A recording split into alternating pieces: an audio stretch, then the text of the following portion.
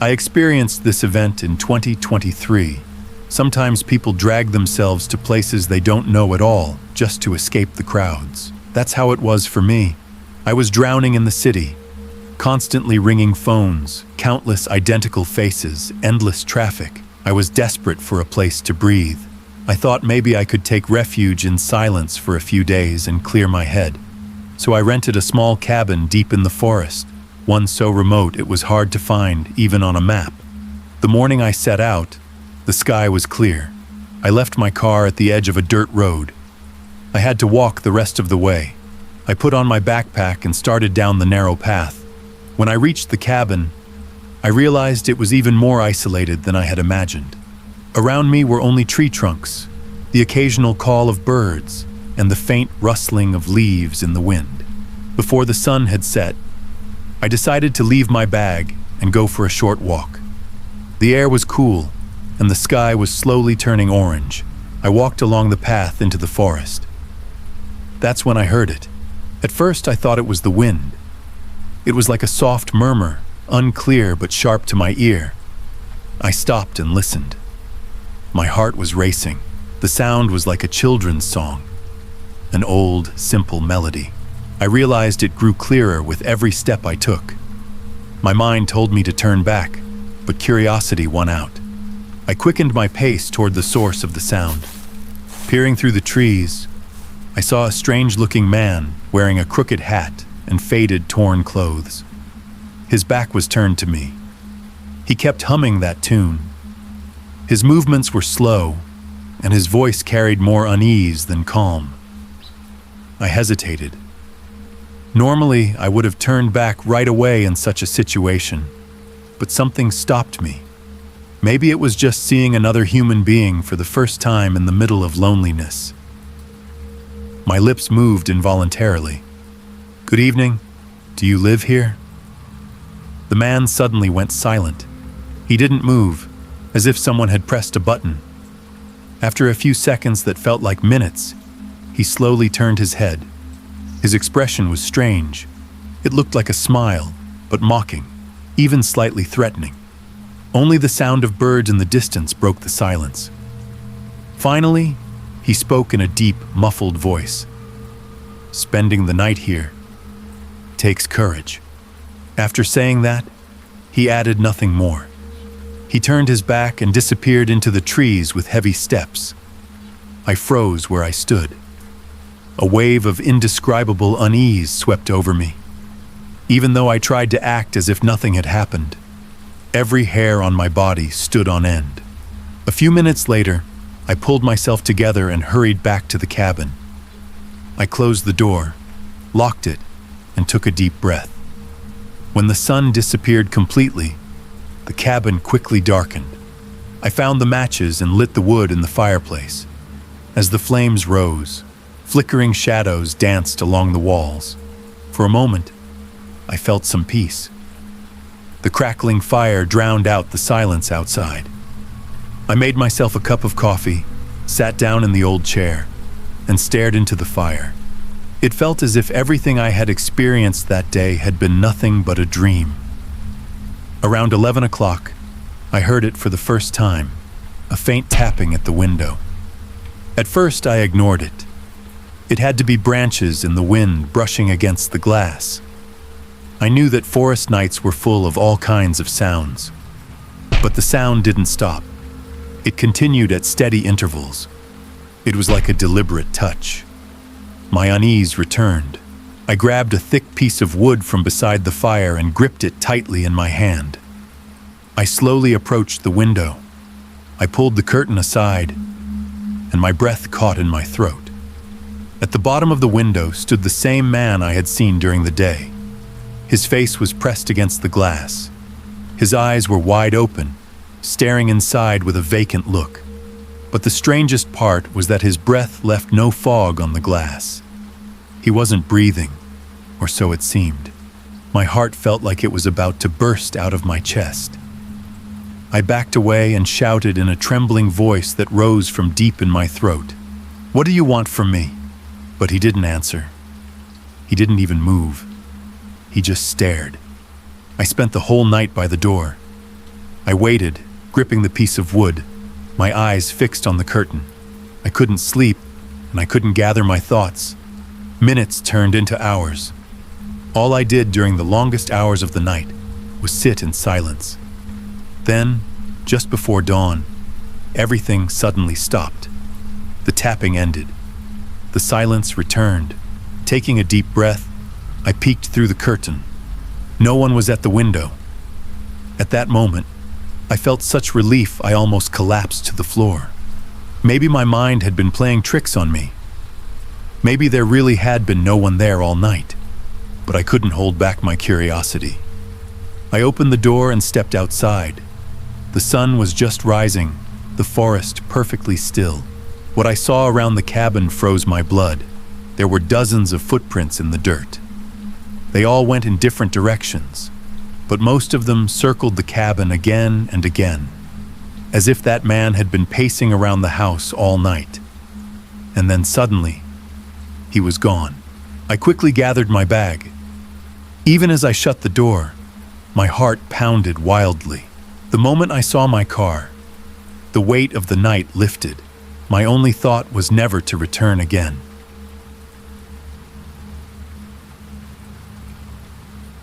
I had no plans for the last night of my trip. My vacation was over, and I was just thinking of staying somewhere along the way home and continuing my journey in the morning. But that night, I found myself somewhere I hadn't planned on. I had to be at work tomorrow evening, and I faced a 6-hour drive back to the city. The thought of driving all day terrified me, so I had to make a last-minute reservation. My only option was an Airbnb that appeared when I veered slightly off the route suggested by my GPS. As I turned off the road onto a narrow path lined with pine trees, it felt as if the road was pulling me toward an unknown place. The branches bent overhead, closing in on me in the darkness, casting fleeting shadows in my headlights. Even then, a faint uneasiness began to stir within me. At the end of the path, a small cabin appeared. From the outside, it seemed warm and inviting. The curtains were neatly drawn, and the wooden railings on the porch looked freshly painted. I parked my car and gathered my things. It was more than enough for one night. But the moment I stepped inside, the atmosphere completely changed. The wooden walls were darkened, the old varnish peeling. On the mantelpiece sat dusty, broken knickknacks. Still, I didn't care much. It was only for one night, after all. I headed to the kitchen to grab a bite. As I chopped vegetables, there was a sudden knock at the door. That hollow sound echoed through the empty cabin, bouncing off the walls. I instinctively put down the knife and walked to the door. When I opened it, a bald, thin man in his 40s stood there. He wore a simple coat, and I couldn't read his expression. It was neither friendly nor threatening. Somewhere in between, carrying an unsettling uncertainty. "Good evening," he said. His voice was strangely calm, the words rolling slowly from his lips. "I'm a neighbor who lives nearby. I noticed some movement outside and needed to check who you were." My throat went dry. I had assumed no one lived around here. The idea of a neighbor in such a desolate place didn't seem credible at all, but I pulled myself together and smiled politely. "Thank you," I said. "I'm just staying for one night." The man nodded. He lingered for a moment, his eyes fixed on me. The silence stretched so long that the seconds felt like hours. Finally, he turned and walked slowly into the darkness. As soon as the door closed, my sense of peace shattered. I took a shower. The hot water soothed my body, but his face kept spinning in my mind. That unreadable expression seemed to have seeped into the cabin. When I wrapped myself in a towel and went into the living room, the door rang again. This time the knocks were harder, more insistent. "Hey," said the man's voice. "I just have one question. Please open up?" My heart raced. I went into the living room and switched off the lights. As the cabin plunged into darkness, The wind outside grew louder. Branches struck the windows, making crackling sounds. But among them was something else. A heavier, measured sound. Footsteps. The fire in the fireplace cast flickering shadows on the walls. That's when I noticed. My shadow stretched across the floor, but there was another shadow in the corner. Thin and long, it stood motionless. It seemed to merge with me when I moved, yet remained on its own when I stood still. My throat tightened. I parted the curtains and looked outside, and there he was. The man, just outside the cabin, staring at me in the darkness. He didn't move. Only his eyes shone, like little lanterns flickering in the black. I quickly closed the curtains. I grabbed my phone and called 911. My voice shook as I struggled to give the operator the address. Then another sound came. From behind, the back door of the cabin. Creaking. The squeak of metal hinges. I silently crawled from the living room to the kitchen. When I peeked out the window, he was there. This time, he was heading for the back door, pushing against it with his shoulder, shaking the handle with his hands. With each attempt, the door rattled, and my nerves, along with the whole house, trembled. Minutes passed, like hours. The man's shadow crept under the door, merging with the flickering light on the floor. Then it went completely silent. All I could hear was the wind and my heartbeat. What if the door suddenly opened? I thought. I had nowhere to run. I even considered climbing out the window, but it was pitch black outside. Suddenly, the creaking stopped. Silence. Such intense silence that I couldn't tell if he was still there or gone. Footsteps. Then nothing. I stayed on the floor, holding my breath, unable to take my eyes off the door. Time slipped away. After what felt like endless minutes, I finally heard sirens in the distance. A beam of light swept through the forest, and then police appeared at the door. One officer scanned the area with a flashlight, while the other took notes. They opened the door and looked inside the cabin. I trembled as I recounted what happened. A few minutes later, they came back outside and shrugged. "There's no trace," they said. "No footprints, no signs of forced entry, no one around." It was as if the man had never been there. But the most disturbing part came afterward. After the police left, I wrote to the host on Airbnb and explained the situation. "Do you have any neighbors who live nearby?" I asked. A reply came shortly after. "No one lives around here. The cabin is completely isolated. We've never had any neighbors."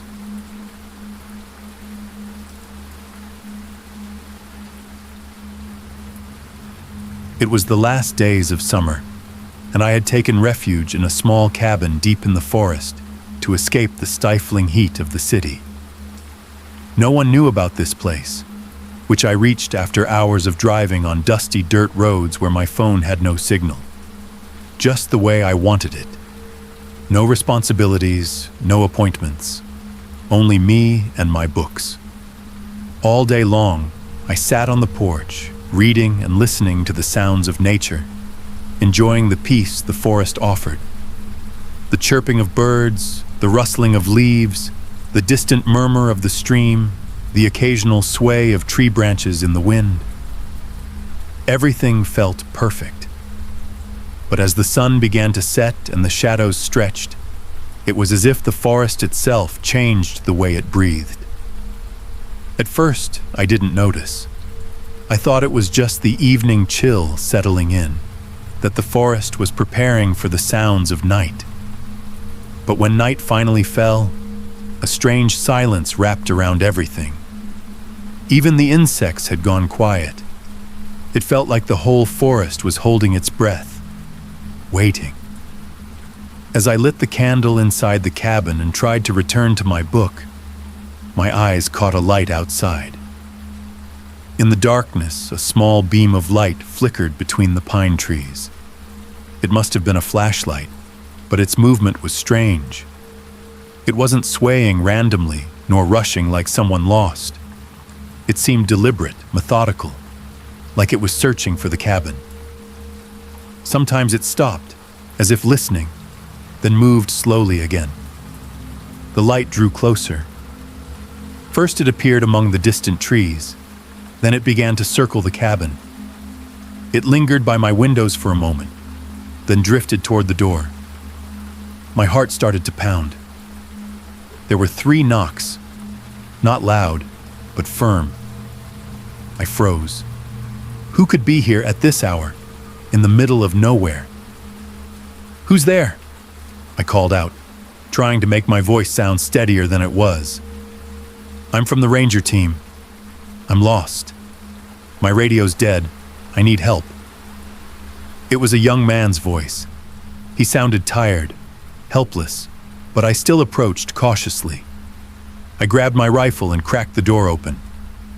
Standing before me was indeed a young man in a ranger uniform. His hair was wet, his clothes muddy, as if he'd been wandering the woods for hours. But the look in his eyes unsettled me. Instead of exhaustion, there was a cold emptiness. And besides, it hadn't rained. How was he so wet? "You should head to the nearest ranger station," I told him. "This is private property. I have a map. I can give you directions." "My radio is broken. I need to come inside," he said, his tone flat, unyielding.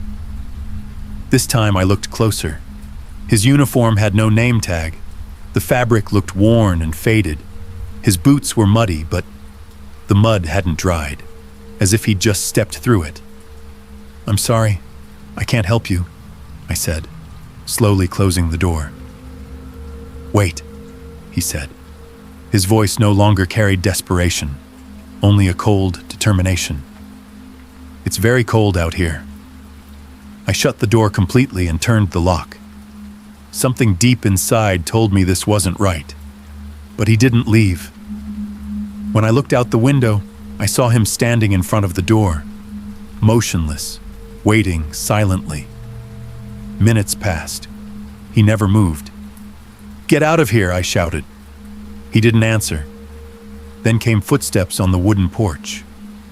Slow, steady steps. He circled the cabin, stopped at each window, moved on again. The door handle began to move. It pressed down slowly, then rose again. The creak of the rusty metal made my nerves tighten. He wasn't forcing it. He was just testing it. "You're not letting me in, are you?" he asked. His voice was now right behind the door.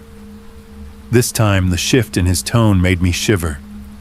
There was no anger or pleading, only cold, calculating certainty. Hours passed.